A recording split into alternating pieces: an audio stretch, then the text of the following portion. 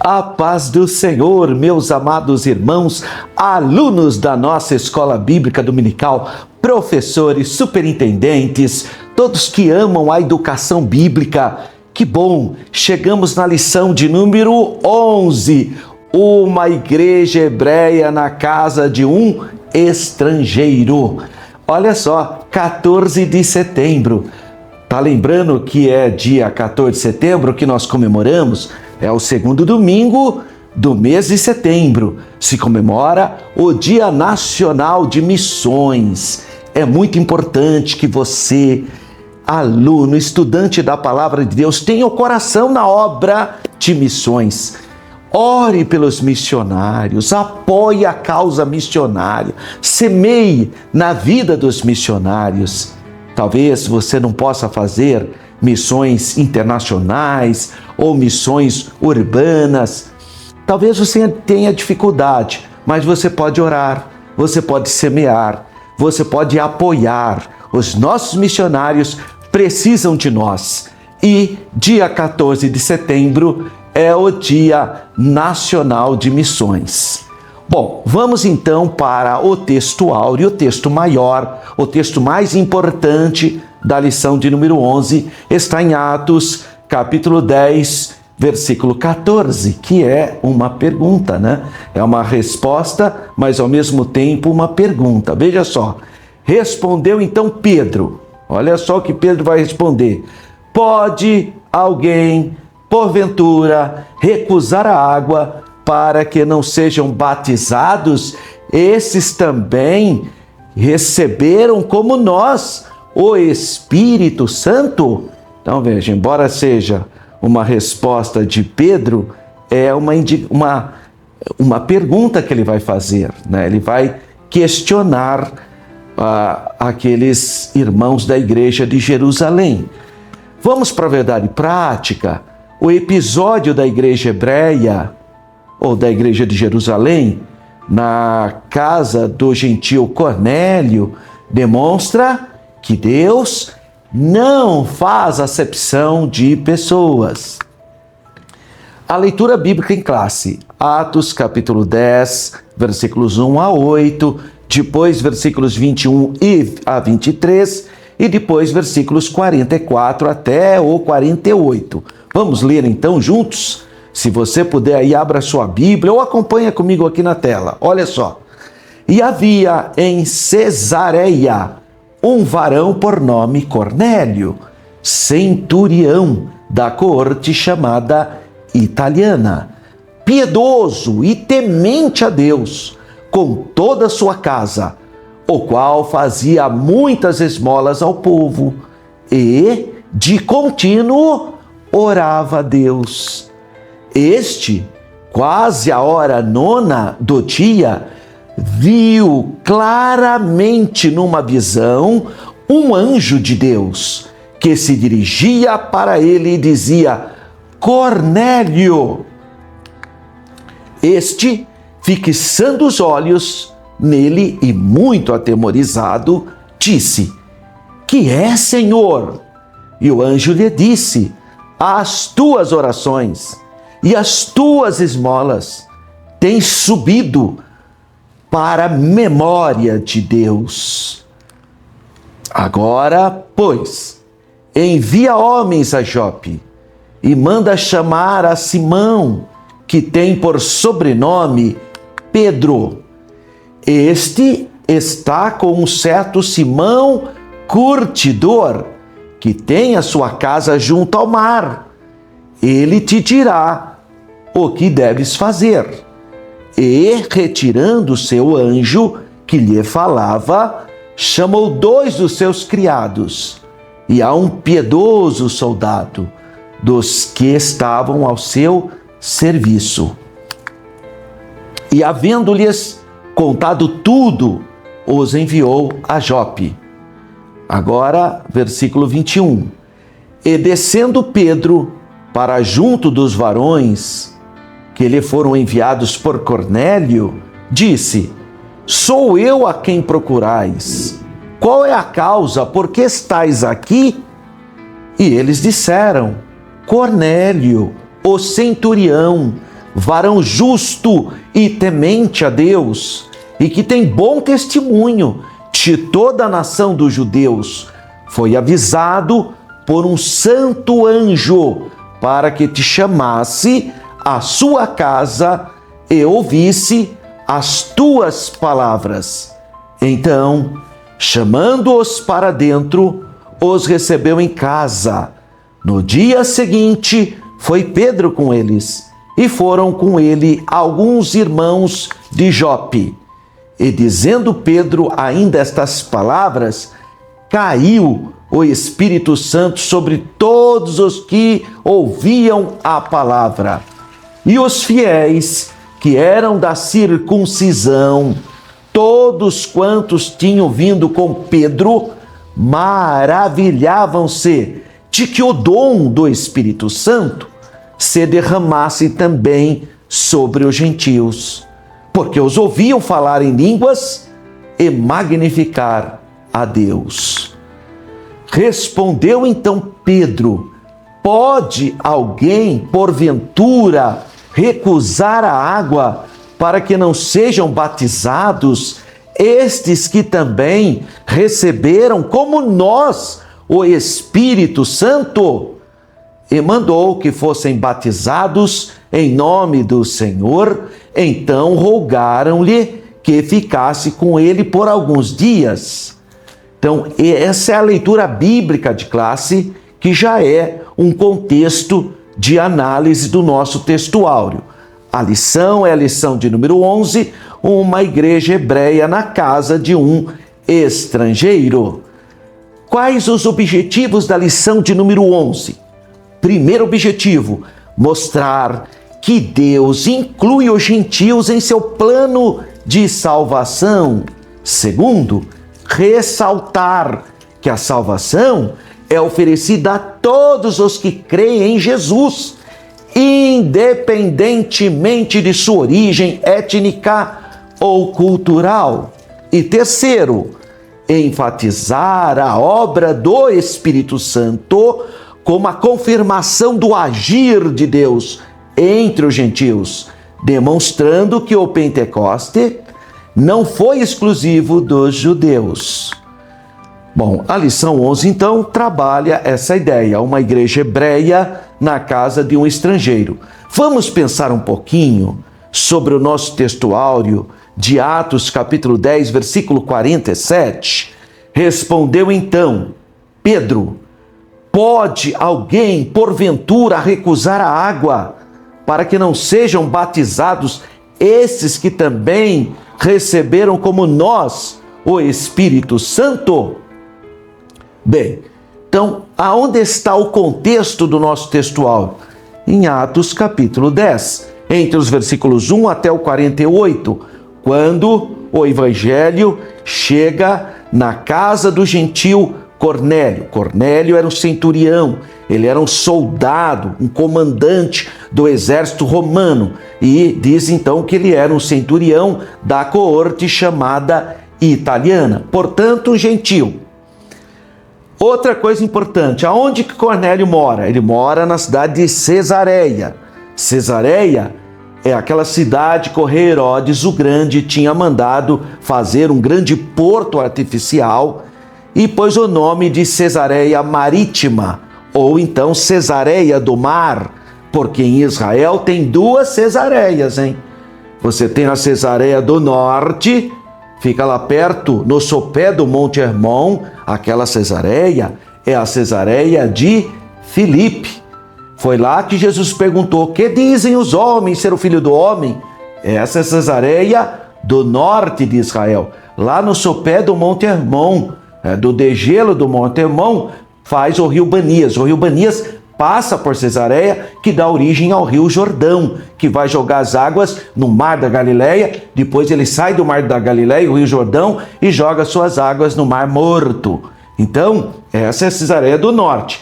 A Cesareia onde morava o Cornélio é a Cesareia do Mar, ou Cesareia Marítima, que era a capital de Roma na Judéia, porque Jerusalém era a capital religiosa do povo judeu, mas a capital administrativa romana estava na cidade de Cesareia. Lá em Cesareia do Mar, para você ter uma ideia, eles acharam, os arqueólogos, uma pedra, e lá está escrito: Pôncio Pilatos, prefeitum da Judéia. Então você vê que é uma prova arqueológica extra-bíblica, que a Bíblia fala de Pôncio Pilatos. Então Pôncio Pilatos é um personagem histórico que realmente existiu, e existe prova arqueológica na existência de Pôncio Pilatos. Bem, aqui no nosso textuário vai falar sobre o batismo nas águas. O batismo em água, o que ele é? É um sinal visível e público de que alguém foi morto para o pecado, morreu para a prática pecaminosa, foi liberto do jugo de Satanás. É uma pessoa que nasceu de novo. Então essa pessoa que já é salva pelos méritos do sangue de Jesus vertido na cruz do Calvário, ele vai fazer a sua profissão de fé pública, visível.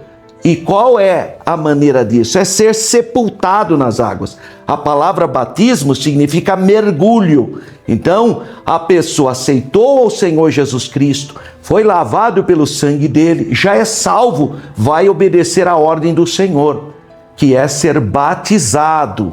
E aí, ele é batizado, mas o batismo tem um símbolo, uma analogia, significa sepultamento. Você pode ler aí em Colossenses capítulo 2, versículo 12 aí na sua Bíblia, que Paulo vai explicar o significado do batismo. Porque tem gente que acha que o batismo purifica o homem do pecado. Isso é o ensino do catolicismo romano, é o ensino de algumas igrejas cristãs, é um ensino antigo, que achava que a pessoa ao batizar estava se lavando dos seus pecados. Até falava, venha lavar dos seus pecados.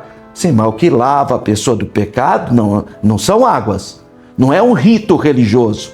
O que lava a pessoa dos seus pecados é o santo sangue do Senhor Jesus. Porque se o batismo purificasse o homem do pecado, o Senhor Jesus não precisava ter morrido na cruz, João Batista resolveria o nosso problema. Não resolveu. Precisou o Cordeiro de Deus, o servo lá de Isaías 53, ser moído, derramar o seu santo sangue para a remissão dos nossos pecados. Então o batismo é uma ordem do Senhor Jesus para quem já creu. Quem crer e for batizado. Primeiro é crença.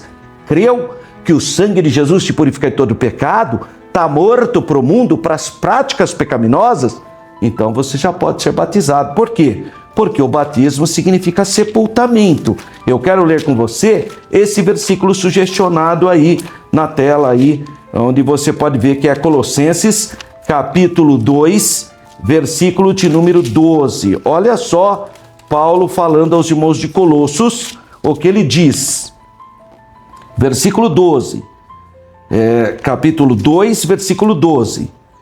Sepultados com ele no batismo, dele também ressuscitastes, pela fé no poder de Deus, que o ressuscitou dos mortos. Aonde mais Paulo vai fazer essa explicação a respeito do batismo? Em Romanos. Abra aí sua Bíblia em Romanos, capítulo 6, versículos 1 a 5. Olha só o que o apóstolo Paulo declara. Que diremos, pois? Permaneceremos no pecado para que a graça seja mais abundante? De modo nenhum. Nós que estamos mortos para o pecado, como viveremos ainda nele? Ou não sabeis que todos quantos fomos batizados em Jesus Cristo, fomos batizados na sua morte? De sorte que fomos sepultados com ele pelo batismo na morte, para que, como Cristo ressuscitou dos mortos, pela glória do Pai, assim andemos nós também em novidade de vida, porque se fomos plantados juntamente com ele na semelhança da sua morte, também o seremos na da sua ressurreição. Então, batismo significa sepultamento. Só que só pode sepultar quem está morto. Não pode sepultar uma pessoa viva. Para ser sepultado tem que estar morto. Espiritualmente também tem que estar morto para o pecado, porque creu em Jesus, foi liberto dos vícios, da sua velha vida, daquela velha vida de pecado, de desobediência, idolátrica, foi liberto. O sangue de Jesus já purificou, já é salvo, já faz parte do corpo de Cristo. Agora vai ser sepultado nas águas, dando testemunho público que morreu para o mundo, está sendo consagrado ao Senhor Jesus. Então, o batismo em água é o sinal visível e público de que alguém fora morto para o pecado e sepultado para Cristo. O batismo em água é o sinal, então, visível e público de que alguém fora recebido ou recepcionado na comunidade da igreja cristã, mas a igreja local. Tá? Então, como que eu provo que uma pessoa faz parte da igreja local? Quando a pessoa se batizou. Aí ele faz, é a igreja visível. A igreja invisível, quando a pessoa aceita Jesus com fé e o sangue de Jesus purificou-lhe do pecado, ele faz parte da igreja invisível. Agora, da igreja visível, ou seja, da igreja militante, eu só vou saber que ele faz parte se ele obedecer o batismo. Porque senão como que eu vou saber que ele foi morto efetivamente e está vivendo agora no novo corpo? Então o batismo em água é um sinal público de ter se tornado um crente em Jesus Cristo, um cristão, e agora ele vai viver sua nova vida ou novidade de vida. O batismo em água não é o sinal da participação da graça salvadora, como ensinam os muitos catolicismos e muitas igrejas cristãs. Acha que através do batismo, aí a pessoa recebe a graça salvífica. Não, vamos ver o que Jesus falou. Eu não quero saber o que os homens disseram. Qual foi a interpretação, por mais antiga que seja, porque existe interpretação antiquíssima de pessoas do segundo século, por exemplo, falando que no batismo é o momento em que ocorre a participação da graça salvadora. Mas não foi isso que Jesus ensinou. Não foi isso que Paulo ensinou. O Senhor Jesus declara: quem crer e for batizado será salvo, e quem não crer será condenado. Então, o que diz a primeira cláusula? Quem crer e for batizado será salvo. E a segunda cláusula? Quem não crer. Não é quem não crer e não for batizado. Não é isso. Então, se a pessoa creu, mas não teve oportunidade de ser batizado, é salva. O que não pode é a pessoa crer e ter todas as condições e não se batizar, porque é desobediente, né, irmão? Você veja que aquele ex-ladrão na cruz, ele creu. E Jesus falou: hoje mesmo estará comigo no meu reino. Não foi batizado. Ninguém tirou ele da cruz e batizou ele. Ele não foi batizado, ele morreu sem ser batizado. Mas é uma exceção, ele estava na cruz, né? Então, quando existem exceções, vamos dizer o caso de um esquimó que mora na Groenlândia. Hoje já tem recurso, mas naquela época antiga que não tinha água quente, não tinha nada, água encanada, ele mora lá. Como é que ele vai ser batizado, irmão? Vai enfiar ele na água, ele vira uma pedra de gelo? Então, nós precisamos entender a palavra de Deus. A Bíblia diz: quem crer e for batizado será salvo, e quem não crer é que será condenado. Porque o batismo tem um significado. O batismo é para quem já creu. O batismo é para quem já nasceu de novo. O batismo é para quem já morreu para o mundo. Aí a pessoa pode ser batizada. Mas ela não é um sinal da participação da graça salvadora. Porque a salvação é pelos méritos de Jesus no Calvário, não é por um ritual religioso. Não. A salvação é porque Jesus quis te salvar. E ele não exige obras e nem rituais religiosos para isso. Então, nós temos que entender esse ensinamento sobre o batismo. A Igreja Universal, invisível, o corpo de Cristo, a verdadeira Igreja de Deus, é composta de todas as pessoas regeneradas pela obra expiatória de Jesus na cruz do Calvário. Todos que creram em Jesus. Nós sabemos de mártires que creram em Jesus e por confessar a Jesus foram mortos. Mortos por aquele Estado Islâmico, aqueles terroristas muçulmanos hoje na Nigéria, em tantos locais. Pessoas que sofreram todo tipo de crueldade, nem teve tempo de se batizar. Estava lá preso, mas é salvo, faz parte da igreja gloriosa. A purificação dos nossos pecados não se dá através do batismo. Nem poderia, né? Porque você sabe, no mundo judaico tinha os banhos rituais. Tinha a Kivala, onde a pessoa ia tomar o seu banho ritual. Está lá, tem um monte de piscinas, né? Ou seja, locais onde a pessoa se purificava. Então não é uma coisa estranha ao judaísmo, mas se purificava numa perspectiva ritualística.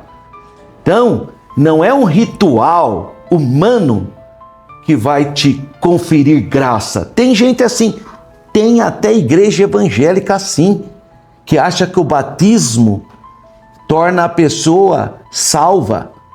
Quer dizer, na época eu participei do Instituto Cristão de Pesquisas, então eu tinha que observar prática das muitas igrejas evangélicas. Eu fui numa igreja onde o ancião, na hora do batismo, nem preparava as pessoas nada. Ele fala, venha deixar o seu pecado original nas águas batismais. Uma heresia. Que história é essa, deixar o pecado? Pecado original? Com banho, tira. Essa é uma fraqueza espiritual assustadora, perturbadora, porque tem gente que acredita nessa mentira. Tem gente que acredita. Ah, não, eu preciso me batizar, porque se eu não me batizar eu não vou ser salvo. Não, você é salvo pelos méritos de Jesus. E você obedece à orientação de Jesus por ser salvo, não para ser salvo. Então o batismo não é para você ser salvo. O batismo é para quem já é salvo. Já é salvo pelos méritos de Jesus, obedece, como nós obedecemos outras ordenanças de Jesus. Não é só o batismo. A gente também não celebra a Santa Ceia. É outra ordenança do Senhor Jesus. Mas esses rituais não têm poder salvífico, porque a salvação é ato exclusivo da obra expiatória do Senhor Jesus, efetuado na cruz do Calvário. O Verbo se fez carne, derramou seu sangue puro como um cordeiro imaculado para a nossa justificação, para a nossa redenção. Então a purificação dos nossos pecados se dá através da obra expiatória de Jesus e não por um banho ritual em águas. Se o batismo em águas purificasse o homem do pecado e o salvasse, João Batista teria resolvido o problema da humanidade. Não precisava Jesus ter morrido na cruz. Para quê? Se João Batista já estava pregando o batismo do arrependimento. Então, cuidado. Porque, infelizmente, tem gente que tem essa fraqueza espiritual em achar que o banho batismal purifica ele do pecado. Batismo é sepultamento. É para sepultar simbolicamente a sua velha vida. Se o batismo em águas purificasse o homem do pecado e o salvasse, então o Senhor Jesus não precisaria ter morrido na cruz do Calvário. Claro que não. Para quê? Se o batismo já resolve, João Batista já estava ensinando o batismo, batizando. Portanto, a salvação é através da obra expiatória do Senhor Jesus Cristo, que ele conquistou na cruz do Calvário, e não por um ritual ou por um banho no batismo. A purificação de nossos pecados se dá pelo santo e puro sangue de Jesus, e não por um ritual de água. No caso de Cornélio e sua família, eles eram gentios, eles creram no Senhor Jesus, eles tinham sido batizados no Espírito Santo, eles receberam o revestimento do poder igualzinho àqueles irmãos receberam, como está registrado em Atos 2, no dia de Pentecostes. Pedro faz essa analogia. Assim como nós recebemos o revestimento do poder, o batismo no Espírito Santo, Cornélio recebeu também. Inclusive falou línguas, o que é uma evidência que foi batizado. Porque os nossos irmãos tradicionais, para justificar a fala em línguas, em Atos 2, eles acreditam que eles falaram língua lá porque tinha gente de todas as nações. Por isso que eles falaram línguas. Que isso não é evidência. Claro que é evidência. Agora nós estamos na casa de Cornélio. Só tem italiano lá. Não há nenhuma necessidade de língua estranha. E por que ele fala línguas? Porque essas línguas não são o que as pessoas imaginam. Não é dialectos. É glossolalia. São línguas espirituais. Então, no caso de Cornélio e sua família, gentios, tendo crido no Senhor Jesus e tendo recebido o batismo no Espírito Santo, eles já faziam parte da igreja de Cristo, do corpo de Cristo, mas a igreja invisível, né? Aquela igreja espiritualmente falando, e Jesus é a cabeça. No entanto, eles tiveram de ser batizados em água, a fim de serem oficialmente reconhecidos pelas autoridades cristãs como membros da assembleia local, da igreja local, como um testemunho que eles agora serviriam a Deus. E você vê que Cornélio, ele não é um pagão. O Cornélio, a Bíblia diz que ele era temente. Temente é a classe de homens gentios e de mulheres que criam no Deus de Abraão, de Isaac e de Jacó, mas não era judeu. Não fazia parte da comunidade judaica, mas tinha temor de Deus, convivia com os judeus. Eles eram chamados de tementes. Então, eles precisavam ser batizados, porque era só aceitar Jesus. Cornélio, quando ele aceitou Jesus, ele já logo foi batizado, claro. Ele era temente, via que ele dava esmola, ele tinha temor de Deus, ele orava, ele já era um crente. Ele precisava aceitar Jesus como Messias. Isso ocorre também em relação aos judeus. Os judeus já seguiam a lei de Moisés, não eram idólatras, eram tementes, só batizava. Agora, quando o evangelho avança para o mundo gentílico, aí você tem que ensinar.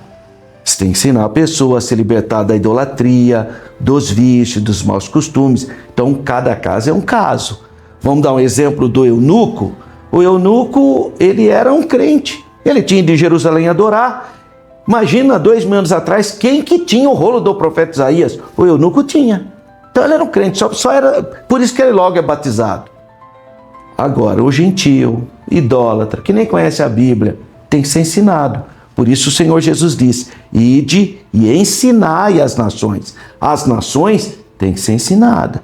Agora, o judeu ou aquela pessoa que já conhecia Deus, agora estava só tendo essa experiência com Jesus, nascendo de novo, aí era só batizar mesmo, porque ele já não tinha, só era batizar mesmo, porque ele não tinha vício, não era idólatra, tinha bons costumes, conhecia a palavra de Deus, aí era só batizar-se. Então é diferente cada caso. Por isso, esses argumentos que você vê hoje, dessas denominações, que a pessoa entra a primeira vez na igreja, já quer batizar a pessoa, sendo que a pessoa ainda é viciada, às vezes a pessoa fuma, bebe, tem costumes errados, nem sabe quem é Deus, já vai batizando a pessoa. Está dando banho nas pessoas, certo? Dá banho nas pessoas. É um ritual religioso completamente espúrio, sem autoridade espiritual alguma. Por quê? Porque Jesus falou, para os gentios é para ensinar. Tem que aprender, tem que estar morto. Qual é o significado do batismo? É sepultamento. A pessoa nem sabe. Chega lá cheio de vícios, de pecado, aí a pessoa já vai batizá-la? Aí batiza, a pessoa sai do mesmo jeito que entrou, continua fumando, bebendo, do mesmo jeito. Então isso aí não vale nada. Então não pode, precisa ser mais responsável espiritualmente. Para a igreja de Jerusalém, composta de judeus, para conhecer o Messias e ser batizado, primeiro, isso para a igreja de Jerusalém, primeiro teria que seguir a lei de Moisés. Então, na cabeça do judeu, ninguém podia ser batizado, nem batizado pelo Espírito Santo. Na cabeça deles era impossível. A pessoa tinha que se converter ao judaísmo, tinha que seguir a lei de Moisés. Em outras palavras, tinha que ser circuncidado antes. Para eles era impossível uma pessoa incircuncisa aceitar o Messias. Esse era o grande paradigma da igreja de Jerusalém. Em outras palavras, para a igreja de Jerusalém, para ser servo do Senhor Jesus, primeiro teria que ser um judeu praticante, depois aceitar o Messias. Pedro, por revelação do Espírito Santo, é como estivesse dizendo essas palavras, apesar da sua simplicidade. Estes gentios são crentes autênticos em Cristo e, tendo recebido o Espírito Santo, não são de forma alguma inferiores a nós, a despeito do fato de que não foram circuncidados e nem cumpriram quaisquer das exigências da lei de Moisés, que governa o recebimento de prosélitos na comunidade judaica. É como se Pedro falasse dessa maneira. Portanto, nada impede que sejam recebidos na igreja cristã visível, como membros que gozem de todos os privilégios resultantes daí. Mas os irmãos de Jerusalém não entendiam assim, não. Os irmãos de Jerusalém ficaram revoltados quando souberam que Pedro comeu com um gentil e batizou um gentil. Então, para a igreja de Jerusalém, isso foi um absurdo, que eles ainda não tinham a revelação plena, né? Na verdade, pouquíssimos judeus cristãos, judeus que tinham aceitado a Jesus, naqueles tempos, teriam feito um pronunciamento idêntico a de Simão Pedro. É porque Pedro teve aquela experiência, aquela visão lá em Jope. Ele viu lá na casa do Simão Curtidor. Pedro viu o que Deus mostrou para ele. Por isso que ele teve essa conduta. Caso contrário, Pedro também não iria, não. Ele era um judeu radical. Naturalmente, o apóstolo Paulo, lá na distante Cilícia, vinha fazendo isso há muito tempo, porque Paulo entendeu logo, por revelação do Espírito Santo, que o que valia era a fé em Jesus. Mas Paulo estava longe de Jerusalém nessa época, né? Suas ações não haviam sido ainda examinadas pela igreja sede, a igreja mãe de Jerusalém. Ou mesmo que houvesse tal inquirição. A Cilícia ficava tão distante que isso não seria motivo de preocupação especial para os irmãos de tendência legalista entre os judeus na cidade de Jerusalém. Portanto, o próprio Pedro, apóstolo dos judeus, por excelência, fazia algo similar a Paulo. E nesse caso, precisou apresentar a sua defesa para a igreja de Jerusalém. É claro, porque surgiram os questionamentos. Se você ler com atenção o capítulo 11 e o capítulo 15 do livro de Atos, aí você vai entender o que eu estou dizendo, porque ambos apresentam o recebimento dos gentios na igreja cristã, sem outra exigência além da simples fé, a simples confiança na pessoa do Senhor Jesus. Uma das grandes finalidades do derramamento do Espírito Santo foi excluir totalmente a pergunta que, de outro modo, fatalmente ter-se-ia levantado. Não deves esses homens ser circuncidados antes do batismo? Mas por quê? Olha, irmãos, hoje você vê muitas denominações sabatistas, né? Ficam aqui forçando a barra para guardar o sábado. Mas a igreja primitiva não teve problema com o sábado. O problema foi outro: circuncisão. Por quê? Porque na cabeça do judeu, quem não é circuncidado não faz parte do pacto bíblico abraâmico. Para ter comunhão com o Deus da Bíblia, Deus mandou Abraão circuncidar. O homem tinha 99 anos. Está lá em Gênesis 17. Abraão circuncidou em uma idade muito avançada. Então, circuncisão, que era o grande debate teológico. Não era sábado, sabe essas invencionices de hoje? Não, o problema era circuncisão. Porque o judeu era convicto: quem não é circuncidado é incircunciso. Não faz parte do pacto, das promessas abraâmicas. Então, é lógico que eles perguntariam. Os irmãos de Jerusalém eram todos circuncidados, os prosélitos eram circuncidados. Agora surgiu um problema, um temente que não é circuncidado, o caso de Cornélio, e Pedro vai lá e acolhe ele como e ainda batiza e se alimenta com ele. Isso virou um escândalo para a igreja de Jerusalém, Porque essa era a pergunta. Devem esses homens ser batizados? Eles podem ser batizados? Eles não deveriam antes ser circuncidados? Eles tinham que ser primeiro circuncidados para depois serem batizados? Essa era a questão. Tanto é que a epístola que Paulo escreve aos Gálatas é para desconstruir essa crença. Leia a epístola aos Gálatas, só tem 6 capítulos. É uma epístola, uma carta pequena, mas Paulo combate o tempo todo essa ideia da circuncisão, inclusive fazendo referência ao pai Abraão, que Abraão foi justificado pela fé antes da circuncisão.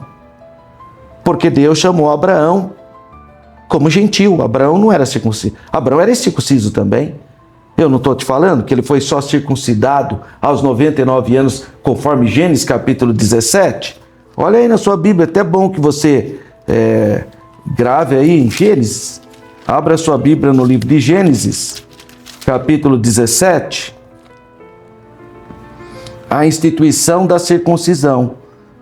Então, especificamente aqui no versículo 24, Gênesis 17, 24. E era Abraão da idade de 99 anos, quando lhe foi circuncidado a carne do seu prepúcio. 99 anos. Então, quando Abraão foi chamado por Deus, ele foi chamado incircunciso. Ele não era circuncidado quando foi chamado por Deus. Por isso que Paulo fala em Romanos capítulo 4, que o pai Abraão foi justificado pela fé, não pelas obras, porque ele não era nem circuncidado.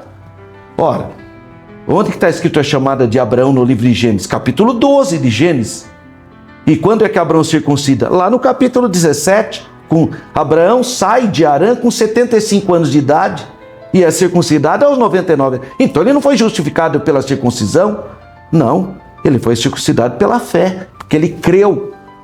Então, o livro de Gálatas, a carta de Gálatas, é essencial para você entender esse ponto, que o grande problema do primeiro século não era sábado, como os adventistas e outros sabatistas ficam aí papagaiando, não. O assunto era a circuncisão. E Paulo faz esse enfrentamento. Porque se você... Paulo fala isso em Gálatas. Se você deixar circuncidar, você negou a fé. Porque a nossa circuncisão é o novo nascimento no coração. Nós somos circuncidados espiritualmente no coração. Então a pergunta, não devem esses homens ser circuncidados antes do batismo? Cornélio e a sua família tinham recebido a manifestação interna, o batismo no Espírito Santo. Portanto, quem poderia recusar-lhes o seu sinal visível, externo? Ele recebeu o principal sinal interno, então ele estava apto agora para receber o batismo, que é um sinal externo. Então, todos os argumentos referentes ao batismo daqueles pagãos, mas que tinham se convertidos, foram totalmente removidos por haverem sido batizados pelo Espírito Santo. Porque essa era a acusação dos judeus. Falar, aquele italiano, aquele comandante italiano lá, o centurião, ele é adepto do culto do imperador, mas ele era um homem temente a Deus, sim. E tanto é que Jesus batizou ele no Espírito Santo, ele foi revestido de poder.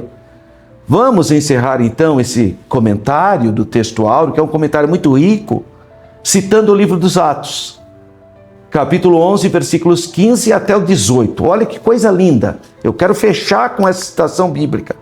E quando comecei a falar, caiu sobre eles o Espírito Santo, como também sobre nós no princípio. Pedro está justificando o batismo e a ida na casa de Cornélio. Fala, lógico que eu batizei ele, sabe por quê? Porque quando eu comecei a pregar, o Espírito Santo batizou, caiu sobre eles, como nós, lá em Atos 2, no princípio. E lembrei-me do dito do Senhor, João certamente batizou com água, mas vós sereis batizados com o Espírito Santo, o revestimento de poder. Portanto, olha a conclusão de Pedro. Portanto, se Deus lhe deu o mesmo dom que nós, quando cremos no Senhor Jesus Cristo, quem era eu então para que pudesse resistir a Deus? Tá certo. Perfeito, ele viu que ele orou. Jesus batizou a família de Cornélio, as pessoas estavam ali no Espírito Santo, começou a falar língua estranha, que nem no dia de Pentecoste. Então ele falou, bom, mas se eles recebem a promessa do Pai, então quem sou eu para não batizá-los? E olha só o que aconteceu. Esse argumento foi fundamental para abrir a mente, pelo menos momentânea, da igreja de Jerusalém. Olha só o que eles dizem. E ouvindo essas coisas, apaziguaram-se e glorificaram a Deus, dizendo, na verdade, até aos gentios deu Deus o arrependimento para a vida. Que bonito, né? Na verdade, foi graças ao batismo no Espírito Santo, na família de Cornélio, que Pedro se justificou, porque a situação estava bem complicada para ele. Bom, a lição então é a de número 11, uma igreja hebreia na casa de um estrangeiro. E vamos para a introdução da nossa lição, da lição de número 11. Nessa semana, estudaremos sobre como a igreja judaica de Jerusalém deu um passo gigantesco quando foi chamada por Deus para compartilhar a fé, a santa fé, com pessoas de outras nações. Mas Jesus já tinha falado isso, né? Jesus falou, eis que vos dou autoridade, portanto, ide ensinar as nações, batizando-os em nome do Pai e do Filho e do Espírito Santo. Então Jesus já tinha dado essa ordem. Eles tiveram dificuldades culturais. O apóstolo Pedro foi escolhido divinamente para pregar as boas novas da salvação aos gentios, o que na época não era aceito pela igreja de Jerusalém. A igreja de Jerusalém estava partindo do seguinte princípio: era para pregar o evangelho só para judeu, só para quem conhecia já a lei de Moisés. Atos capítulo 10 é uma das mais impressionantes histórias da Bíblia. Você precisa ler Atos capítulo 10, porque ali fica evidente o grande amor, a graça inefável de Deus em salvar a todas as pessoas que demonstram fé no Senhor Jesus Cristo. O evangelista Lucas destaca no seu evangelho e também no livro dos Atos dos Apóstolos, porque tanto o evangelho de Lucas como Atos foi escrito pelo próprio Lucas, e ele mostra que os gentios foram salvos e receberam o dom do Espírito Santo da mesmíssima maneira que os judeus receberam o batismo com o Espírito Santo, a promessa do Pai, o revestimento do poder, em Atos capítulo 2. Qual é a palavrinha-chave dessa lição de número 11? Aceitação. Essa é a palavra-chave.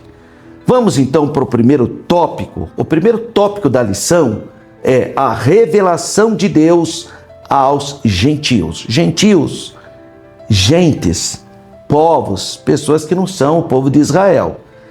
No hebraico, a gente usa a expressão goim. Goim significa pessoas, mas pode significar também a ideia de pagãos, idólatras. A palavra pagã, ou paganismo, mas a palavra pagã, ela tem uma concepção hoje diferente da época de 2000 anos atrás. Há 2000 anos atrás, pagão era simplesmente a pessoa que morava no campo. Era só isso.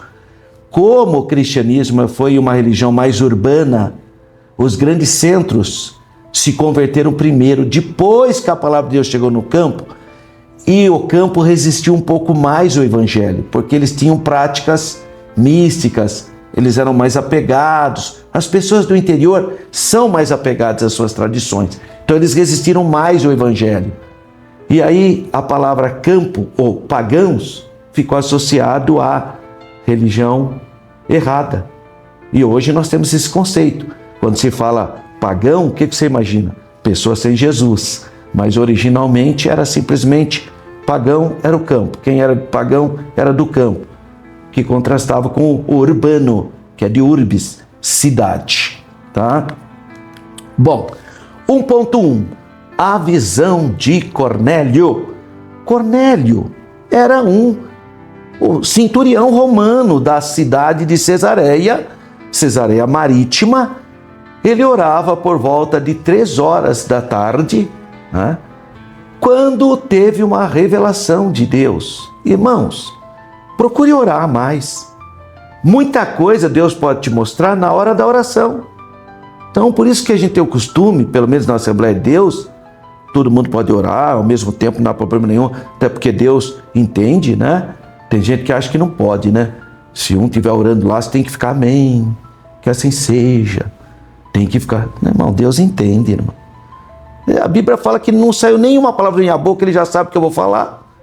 Então, não está errado uma pessoa orar, as outras acompanharem, dizendo amém. Está tudo bem, não tem problema nenhum, é bênção. Mas também não tem nenhum problema se todo mundo orar junto.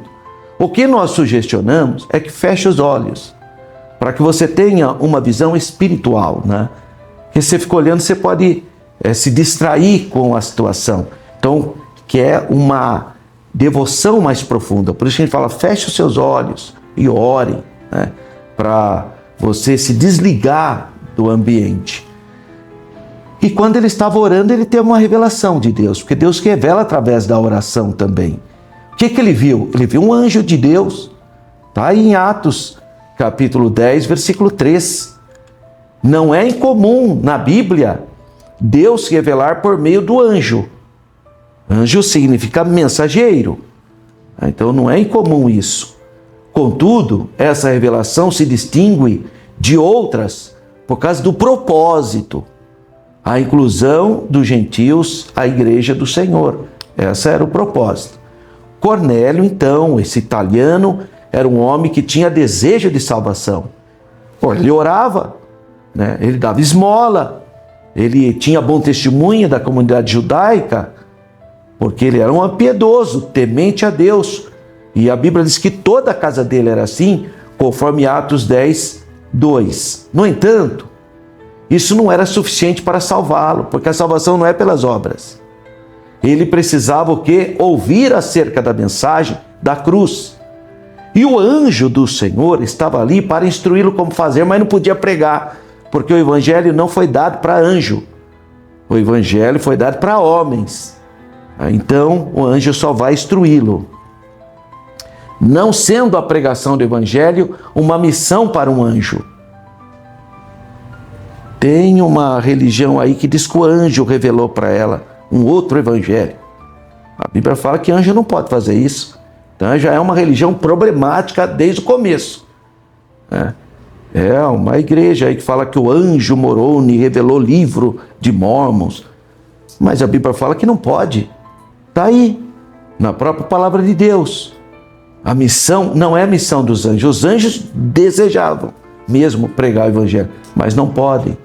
Então, não sendo a pregação do evangelho missão para um anjo, Cornélio foi instruído a chamar o apóstolo Pedro para fazer isso. Mas os anjos queriam mesmo pregar, mas eles não foram designados para pregação. 1.2. A experiência espiritual de Pedro. Assim como Cornélio, Pedro também teve uma revelação. Assim como Cornélio, o italiano, estava orando e teve uma revelação, Pedro, o judeu, estava orando e teve também uma revelação. Através do quê? Do momento de oração. Então, nós incentivamos as pessoas a orarem mais. Entra mais no seu quarto, ora um pouco mais, irmão. Deus pode te dar uma revelação, uma visão, como deu para Cornélio, como deu para Pedro e tanto outros. Pedro teve uma experiência espiritual com uma visão e revelação divina que o deixou perplexo. O que Pedro viu foi perturbador. Por quê? Porque Pedro era um judeu, só comia comida kasher, kesherut, que é a comida pura. Aí aparece um lençol cheio de animais impuros, segundo a lei, e Deus falando para ele, mata e come. Misericórdia. Pedro, olha que fraquezinha espiritual, falou para Deus, não, Senhor, querendo ensinar Deus, né? Não, Senhor, eu nunca comi coisa impura. Não pode. Falando para Deus, Deus mandando ele fazer uma coisa e ele querendo explicar para Deus que não podia. Mas Deus sabia o impacto que a missão na casa do gentil Cornélio teria sobre as convicções de Pedro. Por isso que Deus vai preparar. Porque, irmão, Deus conhece seu coração. Por isso que Ele prepara você antes para certas circunstâncias. Por isso, Por meio dessa experiência espiritual, o preparo para o que viria pela frente. Deus o preparou, Deus o prepara. Pedro levaria as boas novas do Evangelho a um povo que, para ele, estava excluído do plano salvífico. Para o povo judeu até hoje, né? Eles entendem que o povo sacerdotal é o povo de Israel e que os gentios vão ser abençoados, mas as boas novas, tudo que é divino, vem através do povo judeu. Até hoje eles são assim. Ele sentiu o caráter, então, excepcional dessa revelação e achou por bem levar consigo outros 6 irmãos. Esses irmãos eram judeus e Pedro levou eles para essa missão. Esses versículos retratam todo esse momento histórico. 1.3. A urgência da pregação do Evangelho. Bom, é interessante isso, porque fala que Deus ainda pode revelar a alguém o seu plano salvífico de forma excepcional. E não é isso que Deus tem feito? O que nós recebemos de testemunhos do mundo muçulmano, de pessoas devotas do Islã, que têm visão com Isa é Jesus na língua árabe. Judeus, ainda nessa semana eu vi o depoimento de um judeu ortodoxo de Jerusalém, que teve uma experiência com o Senhor Jesus extraordinária, porque Jesus está vivo. E tem gente que é temente a Deus, é sincera. A hora que ele vai orar, Deus se manifesta a ele, como se manifestou para Cornélio. Contudo, essa não é a maneira usual do Senhor trabalhar, porque tem nós para pregarmos o Evangelho. A partir da verdade bíblica de que Deus quer salvar todos os homens, é isso que diz em Timóteo 2,4. Ele quer que todos os homens sejam salvos. Esse é o predestino que Deus dá para a humanidade. Isso aqui é a predestinação para os homens, que todos sejam salvos. O que é predestino ou predestinação? O destino previamente estabelecido ou anteriormente estabelecido. Qual é a vontade de Deus? Que todos os homens sejam salvos. Mas todos serão? Não, quem crer. Quem crer e for batizado será salvo, quem não crer será condenado. Mas a vontade de Deus é que todos sejam salvos. Por isso mesmo que ele enviou seu único filho, né? A igreja deve levar adiante, então, a grandiosa missão de pregar o Evangelho a toda criatura, conforme diz Marcos, capítulo 16, versículo 15. Então, Paulo afirmou que Deus achou por bem salvar os que creem por meio da pregação. 1 Coríntios 1, 21. Por meio da pregação da palavra. Então, devemos, portanto, pregar. A igreja que não evangeliza não é evangélica. Porque tem que pregar. Essa é a função.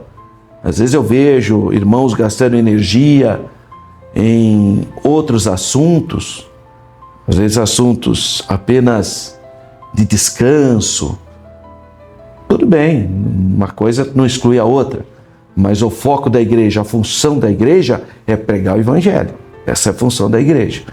Tudo que for feito com a ideia de pregar o Evangelho, eu vou fazer um trabalho teatral lá no meio da cidade para ganhar almas. É pregação, é Evangelho. Eu vou trabalhar com os atletas de Cristo para levar o Evangelho através do esporte em país fechado. É pregação do Evangelho. Então, às vezes, a pessoa... eu conheço pessoas que fez medicina, mas a ideia dele é levar o Evangelho. E como médico teria mais possibilidade. Mas essa é a ideia, então. É pregar o Evangelho. E se prega de muitas maneiras, mas não pode perder a função primordial, principal, elementar, fundamental da igreja. Qual é? Pregar o Evangelho. Deus faz isso através, então, de nós. Sinopse 1, ou seja, o resumo do primeiro tópico dessa lição, de número 11. Deus revelou seu plano de salvação a Cornélio e preparou Pedro para anunciar o Evangelho aos gentios. 2. a salvação dos gentios, a salvação das gentes, dos povos.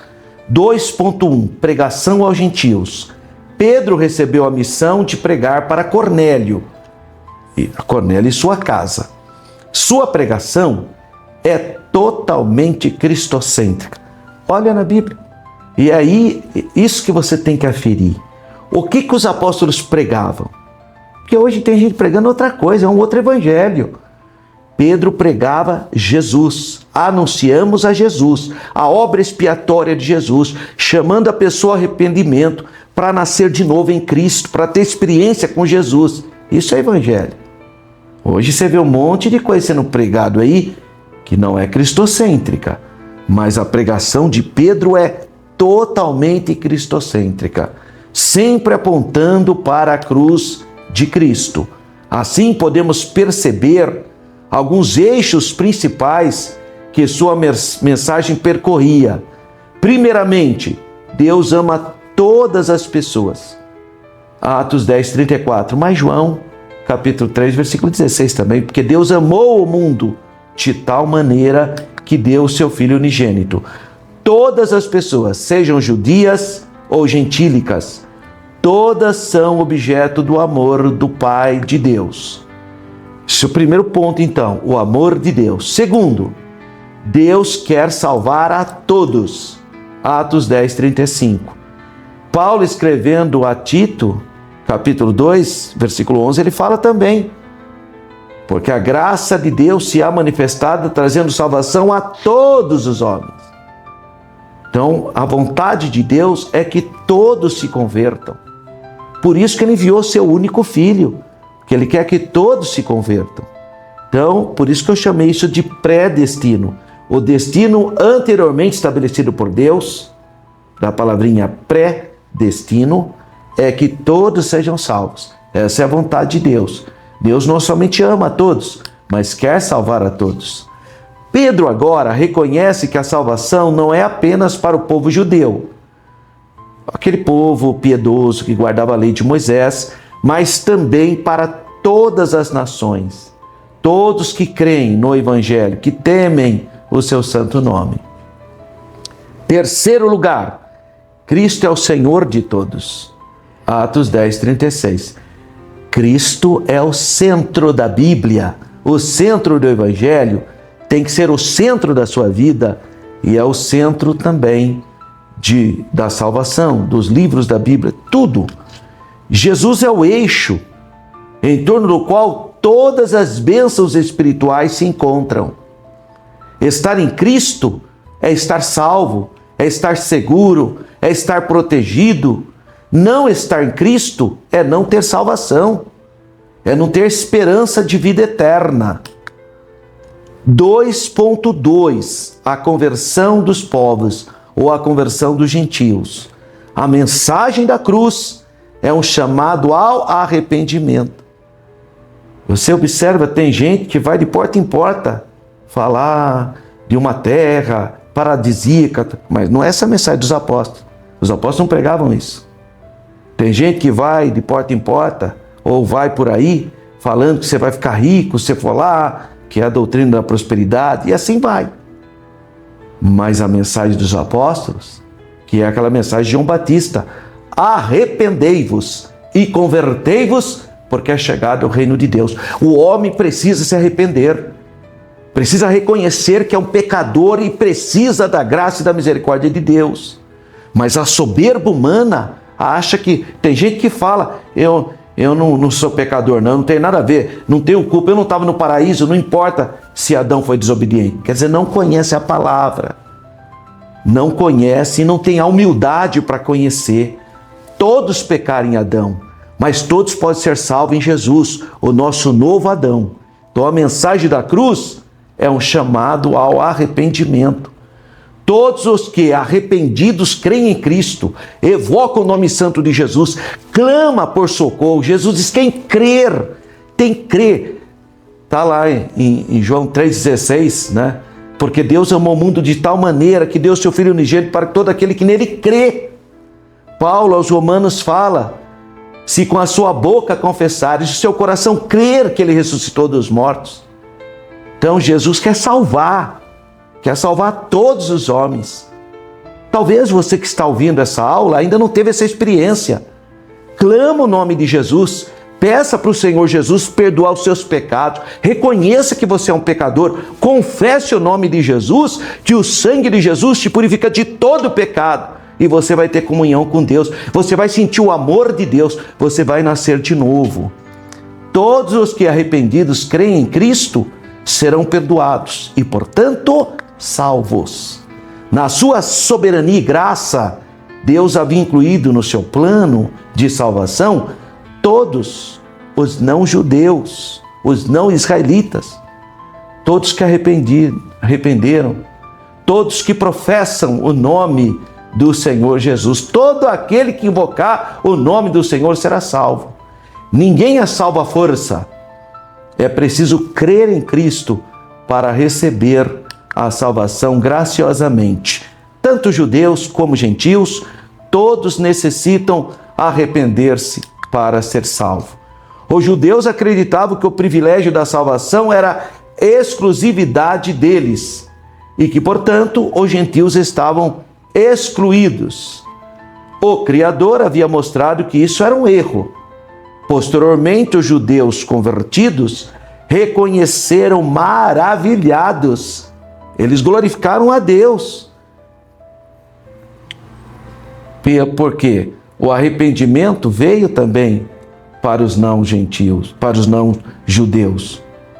A porta da fé foi aberta, porque Jesus veio para o povo judeu, veio para que eram seus, mas os seus não o receberam. Então todos os que recebem a Jesus têm o direito, pelo poder do Espírito Santo, ser declarados filhos de Deus. Portanto, ele salvou os gentios que demonstraram fé em Jesus e se arrependeram dos seus pecados. Resuminho então do tópico 2, sinopse 2. A mensagem de Pedro mostrou que todos, judeus e gentios, são chamados à salvação pela fé em Cristo Jesus, nosso Senhor. Terceiro ponto, o Espírito derramado sobre os gentios. 3.1, o Espírito Santo prometido.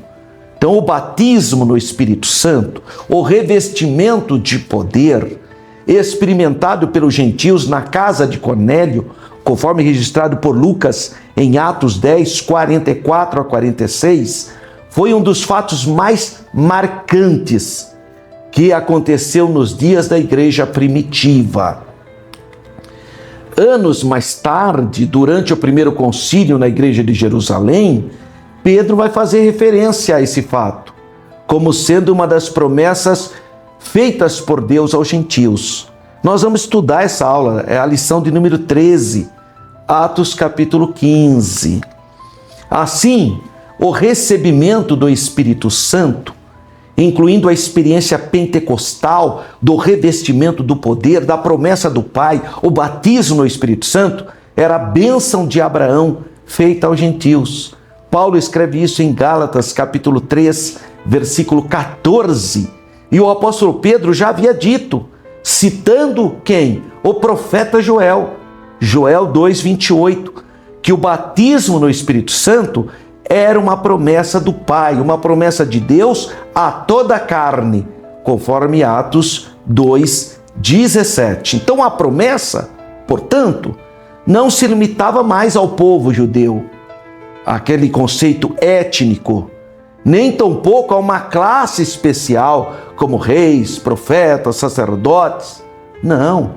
Agora, todos quantos Deus, nosso Senhor, chamar, conforme Pedro, na sua pregação, fala, conforme registro de Atos, capítulo 2, versículo 39. Porque a promessa diz respeito a vós, aos vossos filhos, aos que estão longe, a todos quanto Deus, nosso Senhor, chamar. E você que está me ouvindo, foi chamado por Deus. Portanto, a promessa do revestimento do poder, do batismo no Espírito Santo, é para você também. Então, peça para Jesus: Senhor Jesus, me batiza no Espírito Santo. Senhor Jesus, me reveste de poder, porque essa é uma promessa do Pai e só Jesus é que pode te batizar. Graças a Deus. O pastor não pode, a igreja não pode, o homem não pode, mas o batizador é o Senhor Jesus que ressuscitou e está vivo. Graças a Deus. Eu, você e todos os que creem em Cristo somos contemplados com essa promessa do Pai. 3.2. O Espírito recebido. Como vimos, logo após os gentios terem recebido a palavra de Deus, Atos 11:1, isto é, ser convertido a Cristo, a fé cristã, o Espírito Santo foi derramado sobre os crentes gentios, lá da casa de Cornélio, na cidade de Cesareia. Olha o que diz Atos 10:45.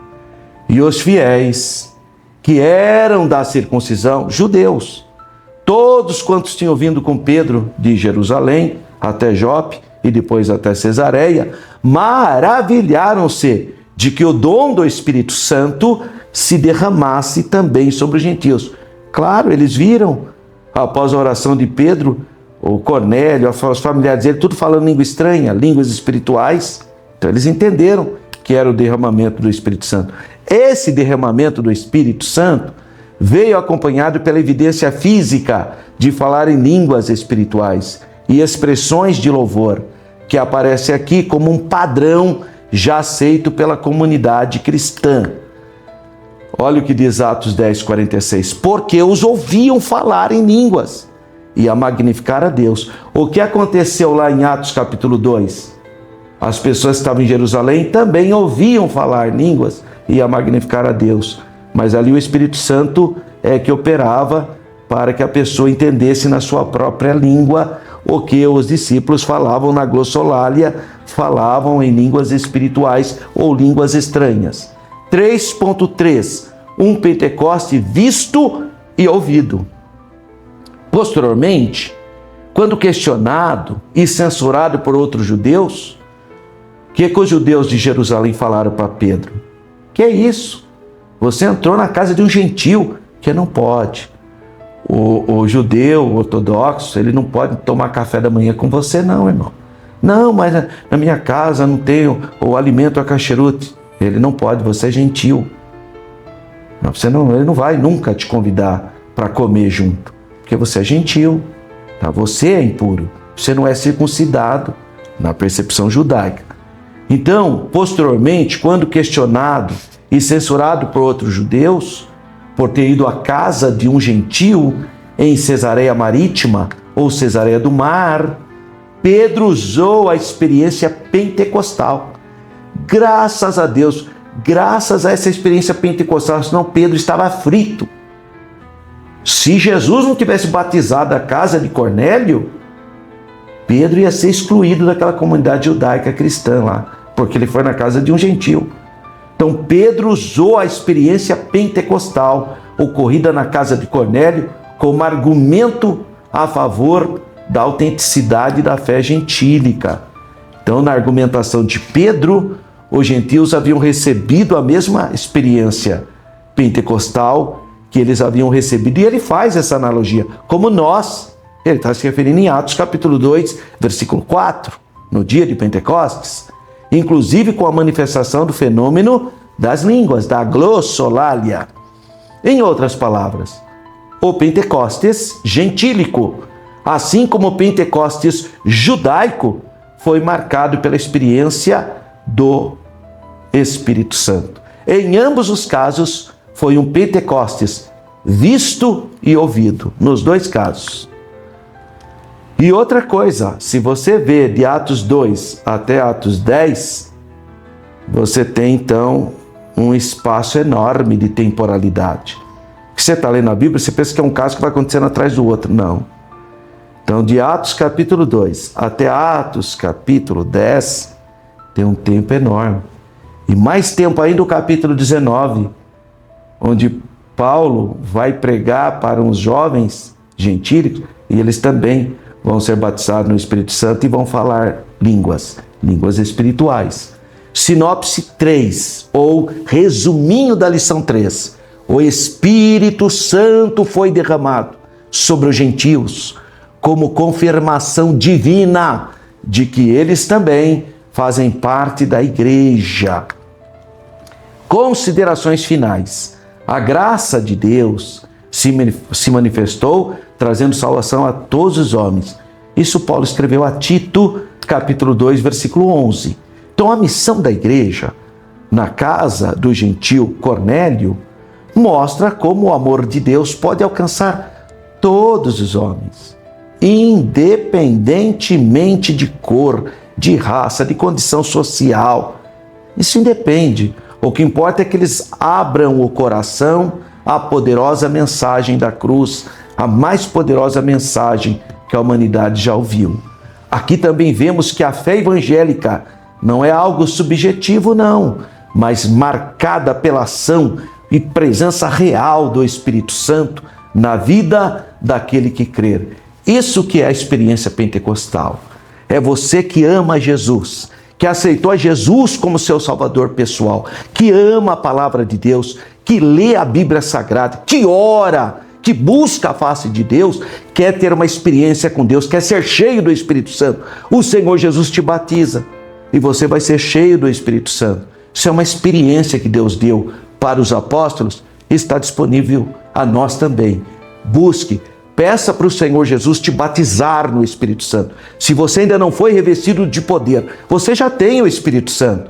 Então, quando você for orar, entra no seu quarto, fecha a porta, rasga o seu coração, peça para o Senhor Jesus. Ele está vivo, Ele ressuscitou. Diga para Ele: Senhor Jesus, me batiza no Teu Espírito Santo. Me dê o revestimento do poder, como o Senhor fez com os discípulos, como o Senhor fez na casa de Cornélio, como o Senhor fez ali com aqueles irmãos quando Paulo está pregando em Atos 19. Então peça para Deus, para que você tenha essa experiência pentecostal.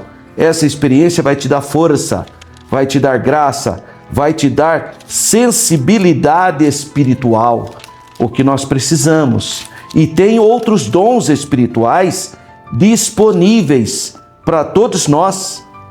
Tem dons espirituais aqui no capítulo 12 de 1 Coríntios. Nós temos aqui dons espirituais. O dom da sabedoria, o dom da ciência, o dom da fé, o dom da cura divina, o dom da profecia, o dom de operação de maravilhas, o dom do discernimento de espíritos, o dom da variedade de línguas, o dom da interpretação das línguas. 9 dons em 1 Coríntios capítulo 12, disponíveis para você. Então, se a igreja está sofrendo e padecendo de experiência do sobrenatural de Deus, é porque não está buscando. Comece a se consagrar, clamar e pedir, que o Senhor vai ornamentar a sua igreja, a sua vida. Que Deus continue abençoando você, toda a escola bíblica dominical. A próxima lição é a de número 12, o caráter missionário da igreja de Jerusalém. Dia 21 de setembro, que será estudado essa temática. Bem, nós, se Deus permitir, de 16 a 24, estaremos viajando para Israel. Talvez ainda dê tempo de você ir, se você tem condições econômicas e saúde. Se você quiser, liga lá para a Renova e não esqueça de dizer que você quer ir no grupo do professor Alberto. Você pode adquirir os meus livros. Os livros estão disponíveis agora também no Mercado Livre. Aí está um site que você pode entrar. Você pode até comprar os 3 livros, se você quiser, o combo, né? Pode comprar os 3, tá? Você pode adquirir esses 3 livros, esses 3, ó. Você pode adquirir o combo. Esse primeiro livro aqui é História do Povo Judeu, um livro fácil, doce. Você que é professor de escola dominical ou aluno e gosta de estudar a história da Bíblia, da chamada de Abraão até os últimos acordos que ocorrem, como a guerra no Oriente Médio. Esse livro aqui é a história da cidade de Jerusalém. Como se gestou essa história no pensamento judaico, depois da velha cristandade, do catolicismo, depois do islamismo, depois do protestantismo, até chegar na fé pentecostal. E, finalmente, esse é um livro novo, Geografia Bíblica, para você ter mais conhecimento sobre a estrutura da Terra Santa, os rios, os animais, as plantas, as montanhas e um pouquinho de história também. Tem uma geografia histórica no início e depois a geografia física. Esse material está disponível, custa R$50 cada livro. Você, através do Mercado Livre, você vai poder fazer em 6 vezes sem juros. Então o link está disponível aí para você, tá bom? R$50 cada exemplar, mais o frete. E você pode receber no conforto do seu lar. Foi muito bom estar com você. Deixa eu te pedir um favor. Dá uma clicadinha aí, curta, mas não curte apenas. Envia para uma pessoa que você gosta.